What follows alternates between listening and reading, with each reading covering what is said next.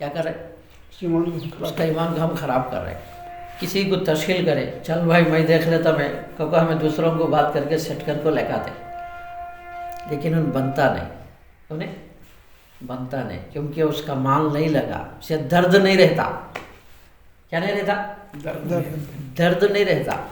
آنے کے بعد نہیں جمتا انہیں. ہاں وہ بات الگ ہے، خرچ کے طور پر دیے، خرچ کے طور پر بھائی جانے کے بعد تو ادا کرنا. اب آیا بیچارہ ادا نہیں کر سکا، معاف کر دے تو بات الگ ہے، لیکن شروع میں پورا میں دیکھ لیتا ہوں بول کے لاتے نا، یعنی تو دیکھو بھیج سے نا، اس کا ایمان بگاڑنے والے بنے. ابو عقیل رضی اللہ عنہ 3 سیر گھر میں دیے، 3 سیر لے کے کھجورے شرماتے بھی آ رہے. اب منافقہ دیکھ کے مذاق اڑا رہے، زیادہ لے کے آتا، یہ بتانے کے لیے ریاکار ہے، دکھانے کے لیے لا رہا. جو کم لاتا یہ خود محتاج ہے، یہ کیوں لے کے آ رہا، ایسا مذاق اڑاتے تھے. لیکن اللہ تعالیٰ یہ بولے زیادہ لانے والے کم لانے والوں کو برابر ثواب ملے گا. اور پھر بولے ایک موقع پہ اللہ کے نبی صلی اللہ علیہ وسلم کہ ایک آدمی 1 لاکھ درہم خرچہ کرا صدقہ. ایک آدمی کے پاس 2 درہم ہے، کہتے 1 درہم خرچہ کرا صدقہ. جب یہ ترازو میں تولیں گے 1 لاکھ سے 1 درہم وزن ہو جائے گا. بولے تو پوچھے کیسا؟ تو بولے ایک آدمی لاکھوں پتی ہے. کیا ہے؟ لاکھوں پتی. اس میں تھوڑا نکالا انہیں، ایک کے پاس 2 درہم ہے، آدھا نکالا انہیں. جب وہ 1 درہم آدھا مال اس میں تولا جائے گا 1 لاکھ سے وزن ہو جائے گا. اسی لیے غریبوں کو مال مانگنا ہے، مالداروں کو وقت مانگنا ہے. غریبوں کے پاس مال نہیں، مالداروں کے پاس وقت نہیں. وانمباڑی میں تشکیل میں گئے، وہ زمانے میں تھے، تمہیں سونا نہیں کو بولتے، اب انہیں سو رہے دو. تو کروڑ پتی، ہاں سبھی چمڑے کے فیکٹریاں والے تشکیل کرے تو 2 کٹے نکال کر 100 کے ایسا رکھا. میرے پاس مال ہے، کتنا ہونا لے جاؤ، وقت نہیں ہے. کیا بولا؟ وقت نہیں. تو بولے ہمیں وقت چاہیے، مال نہیں چاہیے. غریبوں کو مال مانگنا، کیا مانگنا؟ مال. مالداروں کو وقت مانگنا، یہ ہے. اور تو ابو عقیل تو لے کے آئے مال. تو اللہ کے نبی صلی اللہ علیہ وسلم پوچھا، ابو عقیل غریب صحابی تھے، کیسا لائے؟ تو بولے یا رسول اللہ صلی اللہ علیہ وسلم، ایک یہودی کے باغیچے کو رات بھر پانی دیا، جس پہ اس نے 6 سیر دیا، تو 3 سیر گھر میں دیا، 3 سیر لے گیا. اور تو بولے اللہ کے نبی صلی اللہ علیہ وسلم، تو ایک صحابی کو یا غالباً ابو بکر صدیق رضی اللہ عنہ کو، اس کا بابرکت کا مال ڈھیر کے اوپر چھڑک دو، تاکہ اس کی اخلاص کی برکت سے اللہ تمہاری مال بھی قبول کرے. اس موقع پہ ایک صحابی کے پاس کچھ بھی نہیں، ایک صحابی کے پاس کچھ بھی نہیں. آپ سوچے کیا کرنا؟ تو بولے اللہ کے نبی سے مال لگاؤ. بولے تو سوچے جو لوگ مجھے تکلیف دیے، میں صبر کراؤں، میرا حق ہے انہوں کو پر ہے، وہ حق کا صدقہ کر دیا، میں کو نیت کر لیتا. کیا حق کا صدقہ؟ فجر کی نماز میں اللہ کے نبی صلی اللہ علیہ وسلم مجھے بھائی صبح میں رات میں صدقہ کون کرے گا؟ کون بھی اٹھے نہیں. عزت کا صدقہ کون کرے گا؟ جو بے عزت کرے میرے کو، صبر کیا میں نے. بے عزت کا صدقہ، عزت کا صدقہ کون کرے؟ اب وہ صحابی کھڑے ہو گئے، یا رسول اللہ صلی اللہ علیہ وسلم مال لگانے کے لیے کہا، میرے پاس کچھ نہیں، اور میں سوچا کہ جو لوگ مجھے تکلیف دیے، بے عزت کرے، جس پہ میں صبر کیا، جو عزت کا صدقہ کر دیا میں. تو اللہ کے نبی صلی اللہ علیہ وسلم فرمائے اللہ تیرا صدقے کو قبول کر لیا. کیا کر دیا؟ صدقے کو قبول کر لیا.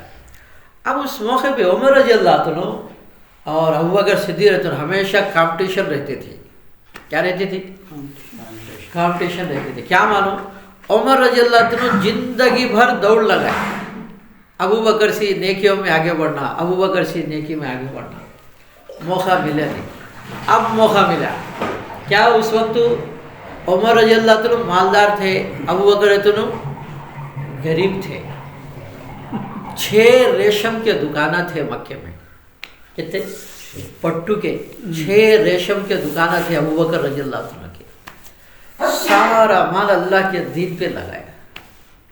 اب تبوک کے موقع پہ غریب کچھ نہیں, گھر میں کیا کرے, کیا کیا ہے کہ پورا ڈالے, کیا کیا ہے کہ پورا ڈالے, جھاڑو مارے, کچھ بھی نہیں,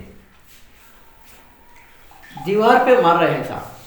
بیوی پوچھی کیا کر رہے, بولے یہاں ایک سوئی رکھو ہے وہ بھی لے جانا چاہتا ہوں. بولے اللہ, سوئی تک نہیں چھوڑے. اب پورا ڈالے, دیکھے بدن پہ کپڑے, جھبا اتار دیے, وہ بھی ڈال دیے. ٹاٹ پڑا تھا پٹا, اس کو ذرا پھاڑ کے ایسا لگائے, ببول کے لمبے کانٹے رہتے ہیں, وہ کانٹے بٹن کے طور پر لگائے. اب چھوٹی پوٹلی, چھوٹی پوٹلی, عمر رضی اللہ عنہ آدھا مال دیے, آدھا مال لے کے آ رہے, آدھا مال لے کے آ رہے. آج میں آگے بڑھوں گا ابوبکر رضی اللہ عنہ سے, آگے بڑھوں گا میں. تبوک کے موقع میں چل رہا ہے. اب اللہ کے نبی صلی اللہ علیہ وسلم پوچھتے بھائی کتنا لایا, کیا کوئی پوچھتے کتنا لایا, کیا دیا تو کیا. یہاں سوال کی نوعیت بدل دی اللہ کے نبی صلی اللہ علیہ وسلم, اور پوچھے عمر پیچھے کیا چھوڑ کے آیا ہے. اب وہ عمر ہے تو ان کے کندھے ذرا ایسے تھے, آج میں آگے بڑھتا ہوں بول کے, سوال بدل گئے تو ایسا اتر گئے, گیا میں. تو بولے آدھا دے کے آدھا لے کے آیا ہوں, آدھا دے کے. اب انہوں لے کے آئے, اب وہ تو چھوٹا پوٹلی. ابو بکر گھر والوں کے لیے کیا چھوڑے, تو بولے اللہ اس کے رسول کو چھوڑ کے آیا ہوں. عمر رضی اللہ عنہ کہنے لگے ابو بکر تجھ سے کوئی بھی آگے بڑھ نہیں سکتا, تجھ سے کوئی بھی آگے بڑھ نہیں سکتا. تو یہاں کون کیا قربانی دے کے آ رہا, اللہ کے نبی صلی اللہ علیہ وسلم کو پتہ ہے, آپ کو پتہ ہے. اب جبرائیل آ گئے. کون آ گئے؟ جبرائیل. اب آ کے تو کہنے لگے یا رسول اللہ صلی اللہ علیہ وسلم, یہ واقعہ تو جبرائیل بھی وہ ٹاٹ پہن کے آئے, پورے فرشتوں کو بھی ٹاٹ پہنایا اللہ, وہ تو ملا نہیں. پرسوں پالے کہا کہ بولے کون کی, ٹھیک ہے.